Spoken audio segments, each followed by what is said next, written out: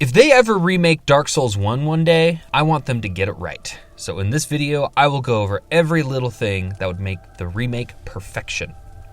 I am of the opinion that Dark Souls 1 is an absolute masterpiece, and if all they did in a remake was modernize the graphics and keep everything else the exact same, I would be thrilled still. But I'm gonna propose a few more changes than that to make the game even better. Some big, some small. Some are no-brainers, some are admittedly a little nitpicky. I do not want to just Dark Souls 3-ify or Elden Ring-ify Dark Souls 1. The original Dark Souls has its own gameplay feel and pacing and tempo that are unique and its own. So, jump buttons and magical horse goats and faster movement is dope and it's fun, but simply do not fit in Dark Souls 1. So, those are off the board. Enough intro, let's just get started. Chapter 1, Getting Around. First and foremost, I want to address my personal biggest pain point in Dark Souls 1, the travel mechanics and walkbacks. So my first and probably most passionate change that I want to see happen here is make all bonfires warpable after getting the Lord Vessel. If you didn't know, there are 44 bonfires in Dark Souls 1, but you can only warp to 21. That is less than half. Not all bonfires are created equal, mind you. Like some I really don't care about, I would never warp to anyways. But a few of these unwarpable bonfires, as they exist now, are a huge pain point for me, specifically these ones. Quick note on the Undead Asylum bonfires. I understand why they are not an automatic unlock after getting the Lord Vessel. You have to figure it out. It's a fun puzzle to figure out how to get back to the Undead Asylum by getting carried away by that crow. But once you return back there at least once the first time, make it so you can relight that bonfire and fast travel back there later on. So you don't need to ride the bird every time you want to go back there. I want this mainly because there's a key merchant there, Snuggly the bird, that you can trade stuff with. And real quick, while we're talking about Snuggly, make those trades instant, not requiring a death or a quit out to reload the game. Make it so any bonfire you just warp or activate becomes your new respawn point upon death. Right now, you have to rest at it for that to become your new checkpoint. Last thing about bonfire mechanics is organize the warping menu better, like how it is in Dark Souls 3 or Demon Souls, not just a list of text. Also want to tweak the placement of some of the existing bonfires, as well as add some more checkpoints, whether they're bonfires or something else like a Stake of Marika from Elden Ring. Here are my guidelines. New rule number 1, put bonfires after long lifts and ladders, not before them. So specifically, add a bonfire after the rotating bridge in Anor Londo. This would make that walk back when you get sniped by those archers a lot more bearable. And eventually, later on, when you want to go in and out of the painted world more conveniently, this would help with that. And while we're talking about this section of the game, please make the automatically spiraling lifts in Anor Londo normal button lifts instead. I feel like I've wasted years of my life waiting for these things. And move the initial Duke's Archive bonfire, the first one, to after that first lift, not before it. Rule number 2, put bonfires next to key NPCs like blacksmiths and merchants. Specifically, add a bonfire next to Oswald of Karim in the bell tower. Alternatively, we don't need to add a bonfire there, but move Oswald to the building that Andre is in upstairs, next to that podium. Add a bonfire in the giant blacksmith workshop. It'll make getting him way easier, and it would double as a better walkback to the O&S boss fight. Add a bonfire to the first dock area in New Londo Ruins to be close to the blacksmith Rickert of Vinheim. This would also double as a way better walkback or boss run to the Four Kings boss. Rule number 3, do not hide critical bonfires behind illusory walls, please. Make no mistake, I love me a good Dark Souls secret, and I love a good illusory wall. I think they're great. But critical, sanity-saving checkpoints are not the thing to hide behind them. Hide other things. Literally anything else, like secret optional areas, or armor, or weapons, like anything. So, specifically, let's go through these. Unhide that bonfire in Darkroot Gardens, the Daughter of Chaos bonfire right after the Quelaag boss fight, the sneaky bonfire at the top of Sen's Fortress, the balcony, That one at the top of the catacombs, as well as the one at the bottom of the catacombs with Blacksmith Vamos. Granted, that one, it's not an illusory wall, but it's pretty hard to find that blacksmith if you don't really know exactly where you're going.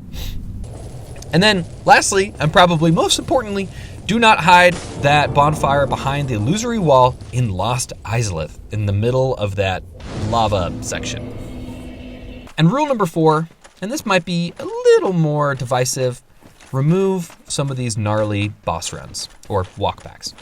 To fix this, either just add bonfires closer to fog gates, or add a checkpoint mechanic similar to what's in Elden Ring with the Stakes of Marika. So, specifically, add a checkpoint before the Capra Demon fight.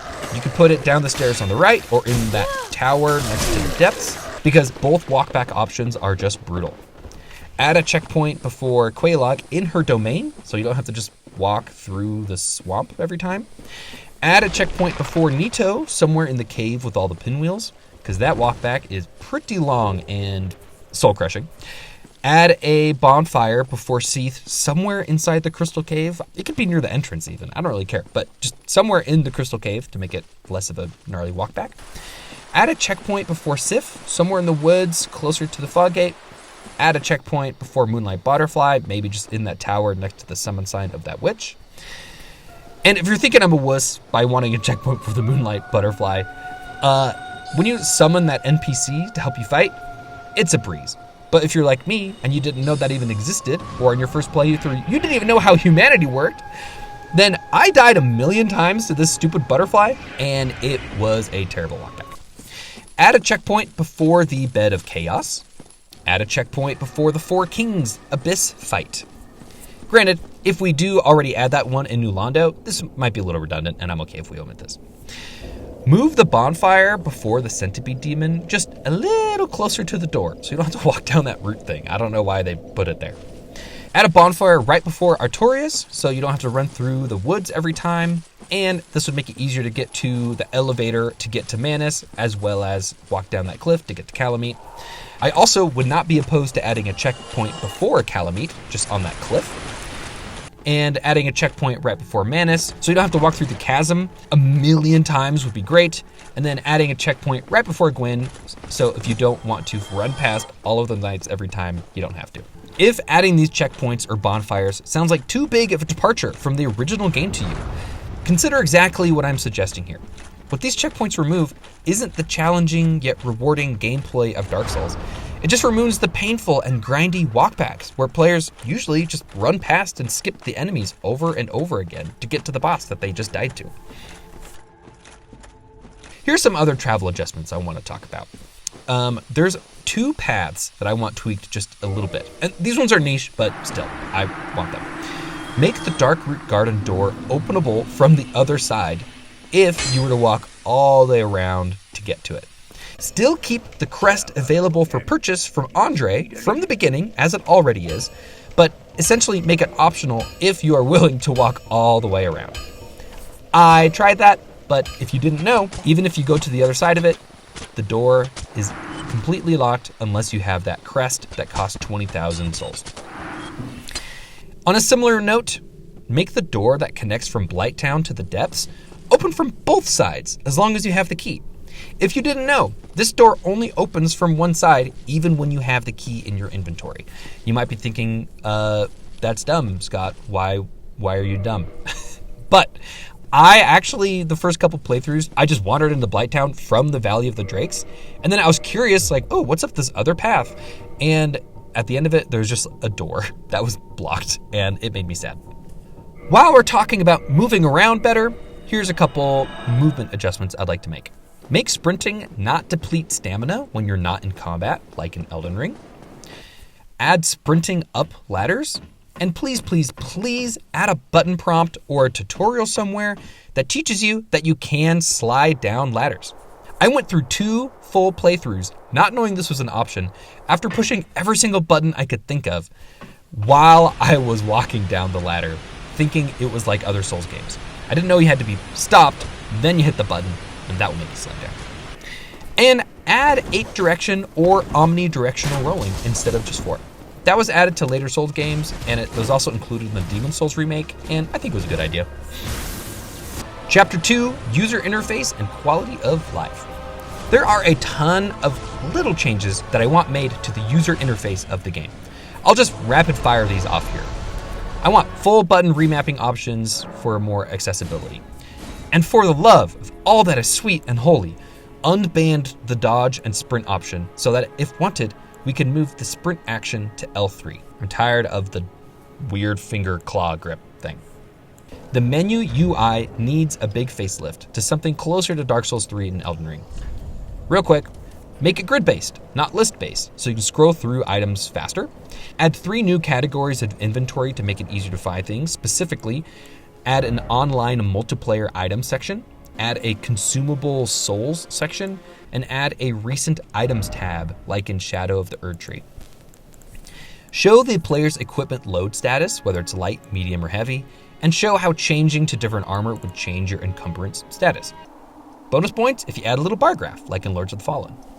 Add more equipment and weapon slots, like the sequels, so you can hold more items at any given time. Add a tutorial/explanation section of the pause menu. Big hitter topics for me, especially for new players, include humanity, kindling, and leveling up. And if you're playing offline, make the pause button actually pause the game, please. Please, please, please. Regarding leveling up, tell me how many souls I need to level up from the pause menu, not just at bonfires that I have to remember. Tell me how many souls each consumable soul is worth, just like in Elden Ring.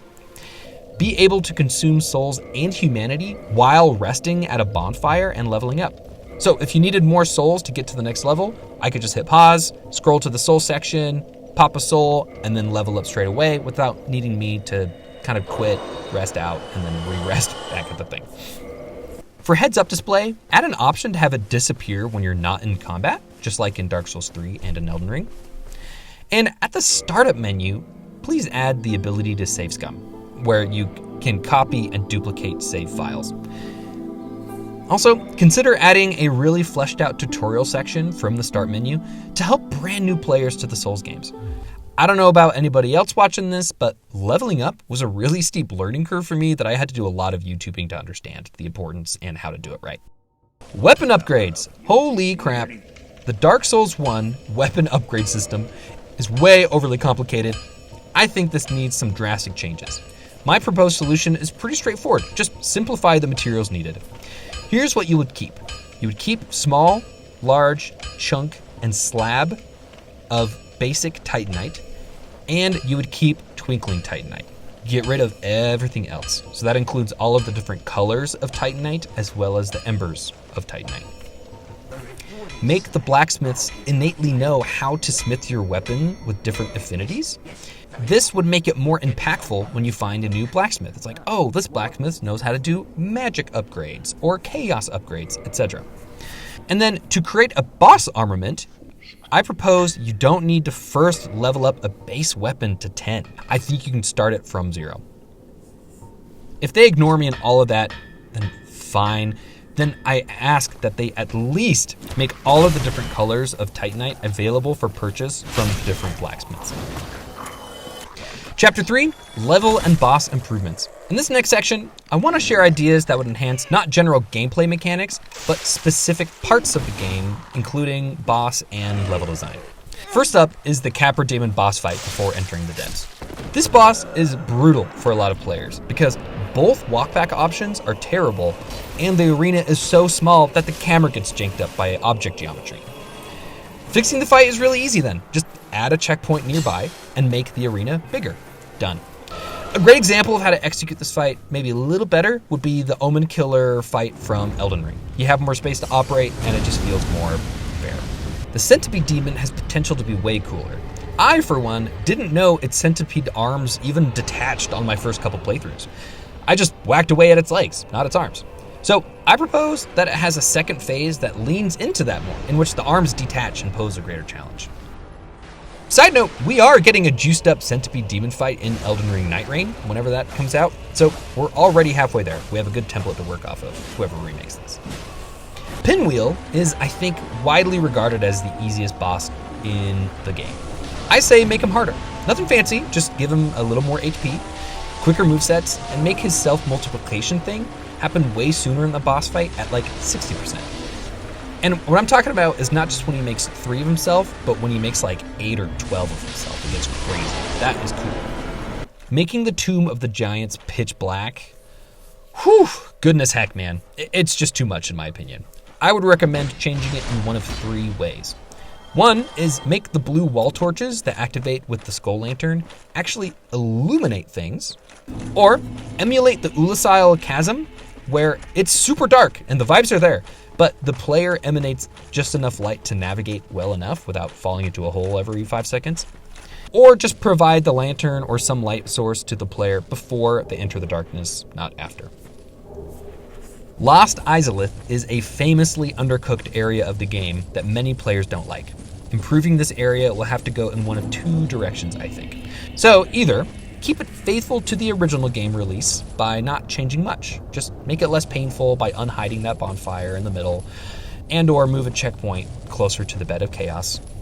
Or option 2 is to finish that section. And what I mean by that would be fleshing out the level in a lot of creative, additive ways. Finishing Lost Izalith would be way more labor intensive, and you would definitely need Miyazaki's personal seal of approval if you don't want the fan base to revolt. But if they do go that route, here is what that would have to entail. Route the player through more of the area instead of letting them just beeline it through the lava, past all the dragon butts to the boss. Create more enemy types. It's a little sparse there. And if the dragon butts are kept, incentivize killing them all somehow. As it stands, I can just run right past them, no problem. And there are no drops for killing any of them other than souls. Holy cow, people hate the Bed of Chaos online. When I was doing my little research of what kind of the people are saying out there, this is like the main one that people want changed and enhanced. I will concede here that I do not know the best way to fix it. I just got ideas. Here's what I've come up with. First and probably most obvious is eliminate the grueling walkback, move the bonfire or a checkpoint to closer to the fog gate. I say make that initial slide into the arena have hazards that you need to dodge. I think that'd be fun. Regarding the boss, give it less spammy BS attacks that one-shot you. Give it sweeps and that are dodgeable. Alternatively, if they wanted to rethink or redo this boss entirely, I think a good starting template would be something like the High Lord Wolnir boss fight from Dark Souls 3.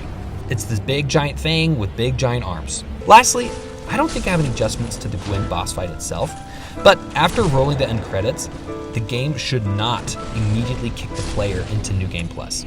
It should place the player back at Firelink Shrine, and then they can rest at that bonfire to begin Journey 2 whenever they are ready, just like in Elden Ring. Chapter 4, Multiplayer. The next section will dissect matchmaking and covenants in Dark Souls multiplayer. Multiplayer in Dark Souls can be so much fun, but man, the matchmaking is a slog. I think the solution is simple. Integrate seamless co-op. If you want to know what this would look like, just look at some of the existing mods for Souls games, from Dark Souls all the way to Elden Ring. This exists already via mods. Or you can play Lords of the Fallen, which is a Souls-like. It has seamless co-op, and it is easy breezy lemon squeezy.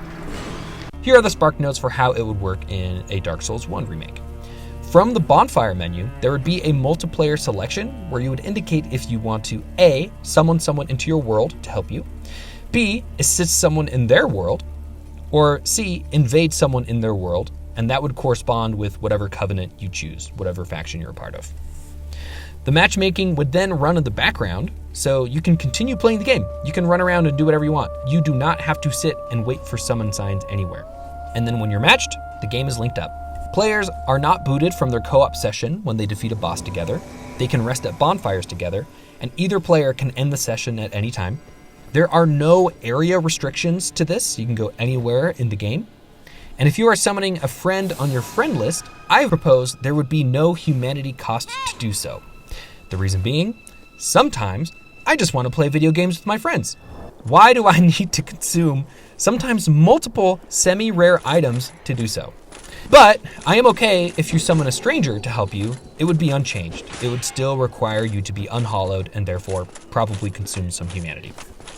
Another thing would be to make possible the ability to not be invaded when in multiplayer by offering an extra humanity into the bonfire like in Dark Souls 2, or provide some other item available in the remake that you can use. It's hard to get, maybe it's pricey, that would protect you from invasions. I didn't really care about this until I just got invaded and annihilated when I really wanted help with this one section. I was in early game and they had late game gear, and it kind of just felt like I got bullied. It was sad. And lastly, make the boss cutscenes skippable by the host when you do multiplayer boss fights. Regarding covenants, I think the covenants in Dark Souls 1 are awesome, and I really wouldn't want to change them much at all. The only thing I would tweak would be to add some clarity to how they work and what their rewards are. Because really, the only pain points I have are, 1, I don't know what rank I am in a covenant at any given time. I forget how many medals I've given to the altar. And 2, I don't know what rank I need to be to unlock the next thing, nor what that next thing is. I think it would be a great incentive to show me, oh, if I get X amount of Y item, I get Z reward. To fix that, just show in the Covenant menu screen what rank you are. Then have each Covenant leader NPC have a sort of store purchase option, and it'll make it clear what the incentives and rewards are for fighting in that Covenant. I think the closest analogous thing I could think of would be Dragon Communion in Elden Ring, where it shows you if you get this dragon heart, you can unlock this cool power. It's a sweet thing. It makes you want to go and kill dragons. Chapter 5, Wishlist Items. For this last section, I'm going to go over features that already exist in other Souls games, and or features that people have already added into Dark Souls 1 with mods. Add the weapon durability red line to weapon icons like it is in Demon Souls. Add game modifiers unlocked after beating the game once. These would be things like Mirror World, like the Fractured World option they added in the Demon Souls remake. Better yet, add a Mirror World upon death modifier, so every time you die, the world switches and mirrors itself. Add an enemy randomizer and boss randomizer. Add an item randomizer, and add the permadeath game modifier for the psychopaths. Moving on from modifiers to other things, add a respec or a stat reallocation option, but I propose only once per playthrough. Add power stance into Dark Souls 1 only for 2 weapon classes, daggers and curved swords. And heck, add some enemies in the game that power stance on you with those things. Add a photo mode, like the Demon Souls remake. Add altered clothing options, like in Elden Ring, so you can change certain ways that armor can look. Add armor tints, so you can change the color of your armor, like it is in Lords of the Fallen. I think that'd be cool. And then add the ability to edit the appearance and name of your character mid-game, exactly like in Elden Ring. And that's it. And those are all the changes I've made.